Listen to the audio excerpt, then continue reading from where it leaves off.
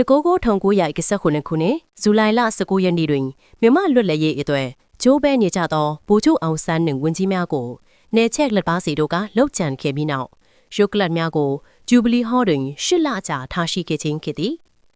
ထို့သောထားရှိစဉ်အတွင်းခေါင်းဆောင်ကြီးများရဲ့ရုပ်ကလပ်ကိုအမျိုးမျိုးအနေနဲ့မှရက်ွက်အလိုက်အတင်းအဖွက်အလိုက်လူအုပ်ကြီးများကခြိတက်အလေးပြုကြသည်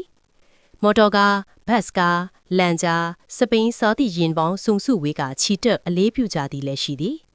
ထို့ကင်တန်တမန်များအတွင်းဝင်များလေတက်ရေတက်အကြီးအကဲများပလိတ်အဖွဲ့များကလည်းတတုတ်ပြီးတတုတ်တွားရောက်အလေးပြုခဲ့ကြသည်ရုပ်ကလပ်များကိုလူယူမီဆိုးတို့ကြောင့်လုံခြုံရေးအရာည9နာရီမှနနက်9နာရီအထိဖြတ်တန်းတွာလာခွင့်မပြုဟုသောအမိန့်တရက်ကိုထုတ်ပြန်ခဲ့ရသည်စာဗနောပို့ဆောင်မိတကူကိုထုံ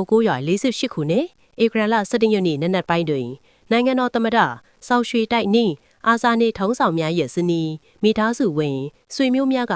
ကြာဆုံးသူများကိုရည်စူးကာတန်ဃာတော်များကိုအလှူဒါနပြုလုပ်ခဲ့ကြသည်